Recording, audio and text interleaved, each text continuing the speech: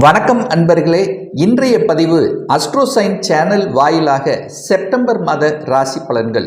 முதலில் இந்த செப்டம்பர் மாதத்தினுடைய கிரக நிலைகளை பார்க்கலாம். அதன்படி ரிஷபமனையில் தனக்காரகன் குழந்தை காரகன் என்று சொல்லக்கூடிய குரு பகவான் ரிஷபமனையில் வீற்றிருக்க, செவ்வாய் பகவான் சகோதர காரகன் நில காரகன் என்று சொல்லக்கூடிய செவ்வாய் பகவான் மிதுனமனையில் அமர்ந்திருக்க, இந்த மாதம் அதாவது செப்டம்பர் மாதம் 15ஆம் தேதி வரை தன்னம்பிக்கைக்குரிய ஒரு கிரகம் என்று சொல்லக்கூடிய சூரிய பகவான் ஆட்சி பலத்தோடும் அதன் பிறகு கன்னிமனைக்கு பிரவேசிக்கிறார். கலத்திர காரகன் என்று சொல்லக்கூடிய சுக்கிர பகவான் இந்த மாதம் 18ஆம் தேதி அன்று சுக்கிர பகவான் நீச நிலையிலிருந்து ஆட்சி பலம் என்ற அமைப்பில் துலாமனைக்கு பிரவேசிக்கிறார். சனி பகவான் தொழில் காரகன் என்று சொல்லக்கூடிய சனி பகவான் கும்பமனையில் ஆட்சி பலம் மூல திரிகோணம் பலம் பெற்று வக்ர நிலையில் அமர்ந்திருக்க, கன்னிமனையில் கேது பகவானும் மீனமனையில் ராகு பகவானும் அமர்ந்திருக்காங்க. ஸோ இந்த கிரக அமைப்புகளை வைத்துக்கொண்டு இந்த மாதம், இந்த செப்டம்பர் மாதம் என்ன மாதிரியான பலன்கள், சாதகம் என்ன, பாதகம் என்ன, எதை செய்யலாம், எதை செய்யக்கூடாது, என்ன மாதிரியான தெய்வ வழிபாடு உகந்தது என்பதை பற்றித்தான் இந்த பதிவில் நம்ம டீட்டெயிலாக பார்க்க போகிறோம்.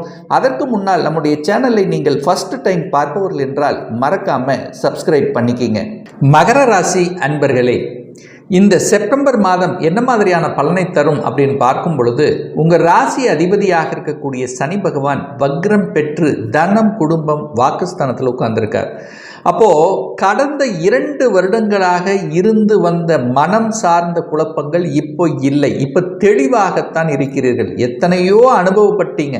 அதாவது மனம் சார்ந்த விஷயமாக இருக்கட்டும், குடும்பமாக இருக்கட்டும், பணமாக இருக்கட்டும், உறவுகள் அப்படின்னா எல்லாமே கடந்த 2 வருடங்களில் அனுபவித்து விட்டு இப்போ உங்களுக்கு நிறைய அனுபவத்தை கடுத்து கொடுத்திருக்கும். எதை செய்யலாம், எதை செய்யக்கூடாது, எங்கே பேசினா சரியாக இருக்கும் என்கின்ற ஞான உதயம் நிச்சயமாக உங்களுக்கு புலப்பட்டிருக்கும். இப்போ குருவின் பார்வையில் இருக்கக்கூடிய உங்களுடைய ராசி லக்னம் பெரிய பாதிப்பை ஒன்றும் கொடுக்க போவதில்லை. கடவுளினுடைய அனுகிரகம் என்பது நிச்சயமாக உண்டு. ஆனால் தனத்தை கொடுக்கக்கூடியவன், குடும்பத்தை அமைத்து கொடுக்கக்கூடிய சனி பகவான் 2ஆம் இடத்தில் வக்ரம் பெற்று ஆட்சி பலத்தோட வலிமையா இருக்கார். ஆனால் அந்த 8ஆம் அதிபதியாக இருக்கக்கூடிய சூரியன் ஆட்சி பலம் பெற்று 2ஆம் இடத்தை பார்க்குது. சரியா? அப்போ இந்த மகர லக்னத்துக்கு ஆகாத ஒரு கிரகம், கெடுதல் செய்யக்கூடிய ஒரு கிரகம் அப்படின்னா அது சூரியனை தான் நம்ம சொல்லணும். அந்த சூரியன் 8ஆம் அதிபதியாக இருந்து வலிமை பெற்று குடும்பஸ்தானத்தை பார்க்கிறார். அப்ப சனி சூரியன் இணைந்தாலே அங்கே ஒரு போராட்ட களம் என்பது இருக்கும். நாம் பெரியவனா நீ பெரியவனா என்கின்ற தன்மை, ஈகோ தன்மை இருக்கும். அப்போ குடும்ப விஷயத்தில் கொஞ்சம் விட்டு கொடுத்து அனுசரணையோட செல்லணும் அப்படிங்கிறத ஞாபகத்தில் வைத்துக் கொள்ளுங்கள். தனம் சார்ந்த விஷயத்திலும் கொஞ்சம் பாதுகாப்பாக, அதாவது தனம் யாரை நம்பியும் கொடுப்பதும் அல்லது பணம் கொடுக்கல் வாங்கல் விஷயத்தில் கரெக்டாக இருப்பதும், வாக்கு சம்பந்தப்பட்ட விஷயத்தில் கொஞ்சம் கவனமாக இருக்கணும். ஏன்னா கோபம் ஆக்ரோஷம் என்பது இயல்பாகவே வெளிப்படுத்தும். ஒரு எரிச்சல் ஊட்டக்கூடிய தன்மையை கொடுக்கும். செவ்வாய் உங்கள் ராசியை பார்க்குறாரு. அப்போ கோபம் என்பது இயல்பு, எரிச்சல் ஊட்டக்கூடிய தன்மைங்கிறது வரும்.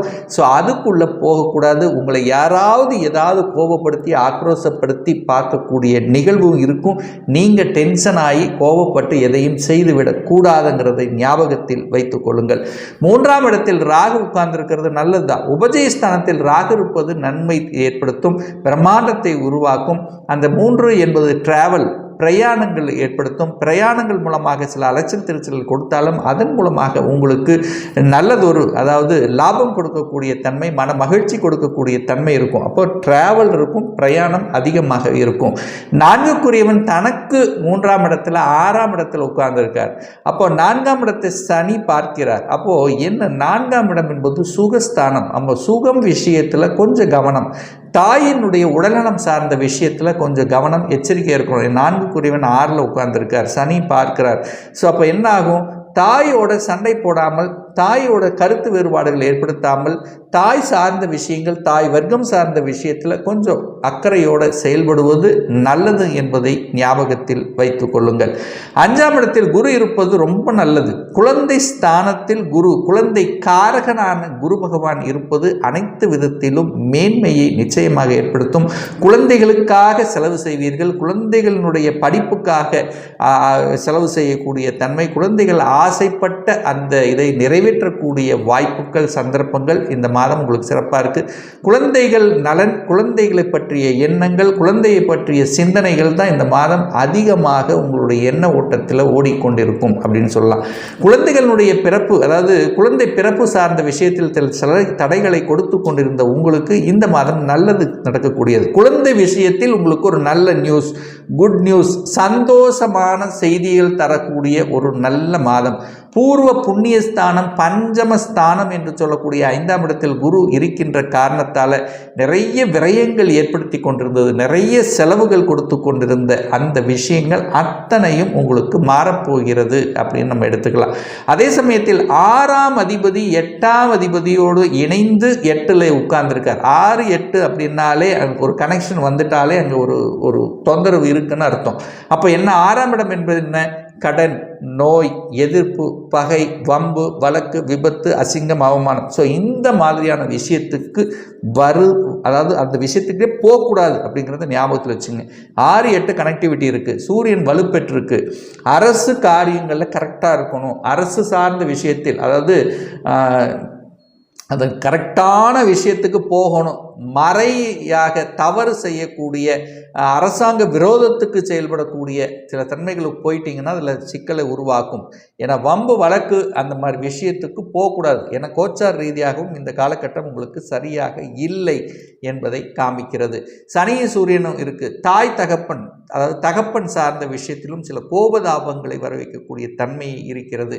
அப்போ என்ன, பூர்வீகம் சார்ந்த விஷயத்தில் பாக பிரச்சனை, சொத்து பிரச்சனை, ஸோ இந்த மாதிரியான ஒரு இது இருந்தனா கூட இந்த மாதத்தை தள்ளி வைப்பது நல்லதுங்கிறது ஞாபகத்தில் வைத்துக் கொள்ளுங்கள். திருமணம் சார்ந்த சுப காரியங்கள் நடக்குமா அப்படின்னு பார்த்தீங்கன்னா, நிச்சயமாக சுப காரியங்கள் நடக்கக்கூடிய வாய்ப்புகள் இந்த மாதம் சிறப்பாக இருக்குது. ஏன்னா சுக்கிர பகவான், அதாவது உங்களுக்கு இந்த ராஜ யோகத்தை தரக்கூடிய, நல்லது தரக்கூடிய, இந்த மகர ராசி மகர லக்ன நேயர்களுக்கு நல்லது தரக்கூடிய ஒரு கிரகம்னா அது சுக்கிர பகவானை சொல்லணும். அந்த சுக்கிர பகவான் பார்த்தீங்கன்னா இந்த மாதத்தினுடைய இறுதியில், அதாவது 18/9/2024 அன்று ஆட்சி பலம் பெற்று 10ஆம் இடத்துல அமரப்போகிறார். அப்போது 5க்கும் 10க்குரியவன் வலுப்பெற்று 10ஆம் இடத்துல உட்கார்ந்திருக்கார். அப்போ நிச்சயமாக தொழில் ரீதியாக சில நன்மைகள் நடப்பதற்கான சந்தர்ப்பங்களை உருவாக்கும். இதுவரைக்கும் ஒரு தொழிலில் ஒரு விஸ்வரூபம் எடுக்கலை, ஒரு நல்ல லாபம் கிடைக்கல, அல்லது பொருள்கள் எல்லாம் அப்படியே தேங்கி இருக்குது, விற்பனையாகாமல் இருக்குது, அல்லது புதிய ஒப்பந்தங்கள் நமக்கு கிடைக்கல. ஸோ இந்த மாதிரியான விஷயங்கள் எல்லாமே இப்போ சூடு பிடிக்கக்கூடிய தன்மையை கொடுத்து விடும். வேலை இல்லாத, வேலையை ஏதாவது ஒரு ரீசனில் விட்டவர்கள் இப்போ இந்த மாத இறுதியில் நிச்சயமாக வேலை உண்டுங்கிறத ஞாபகத்தில் வைத்துக்கொண்டு, குரு பகவான் 11ஆம் இடத்தை பார்க்குறார், லாபஸ்தானத்தை பார்க்குறார். இயற்கையாகி இறைவன் கொடுத்த அந்த வரத்தினுடைய அடிப்படையில் 11ஆம் இடத்தை குரு பார்ப்பது அனைத்து விதத்திலும் மேன்மை. 9ஆம் இடத்தை குரு பார்க்கிறார். 9ஆம் இடம் என்பது பாக்கியஸ்தானம். ஸோ பாக்கியஸ்தானத்தை பார்க்கின்ற காரணத்தால் ஒரு நல்ல பாக்கியம் கிடைக்கப் போகிறது அப்படின்னு எடுத்துக்கலாம்.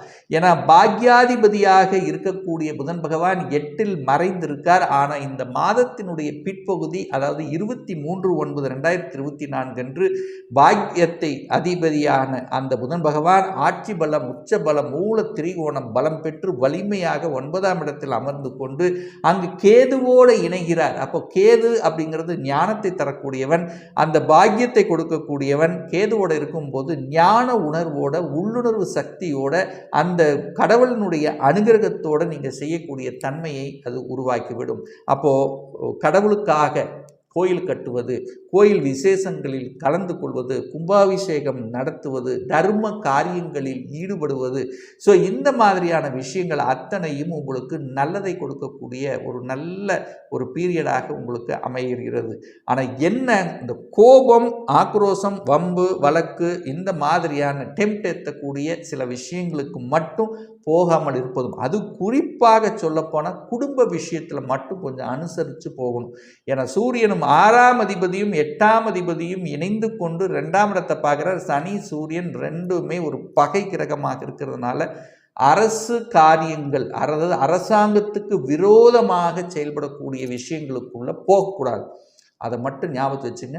வம்பு வழக்கு, அசிங்கம், அவமானம், ஸோ இந்த மாதிரியான ஏதாவது சண்டை மூட்டக்கூடிய விஷயம்னா ஒதுங்கி போவது நல்லதுங்கிறத ஞாபகத்தில் வைத்துக் கொள்ளுங்கள்.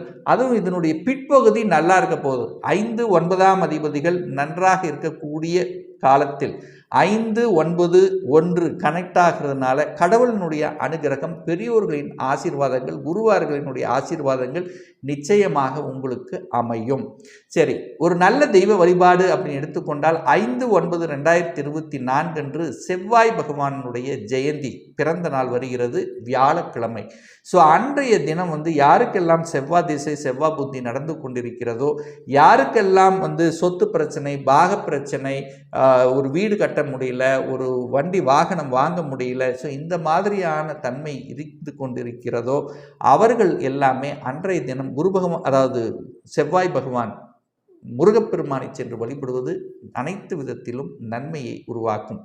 அதே போல 15/9/2024 அன்று குரு ஜெயந்தி, குரு பகவானுடைய பிறந்த நாள் ஞாயிற்றுக்கிழமை வருகிறது.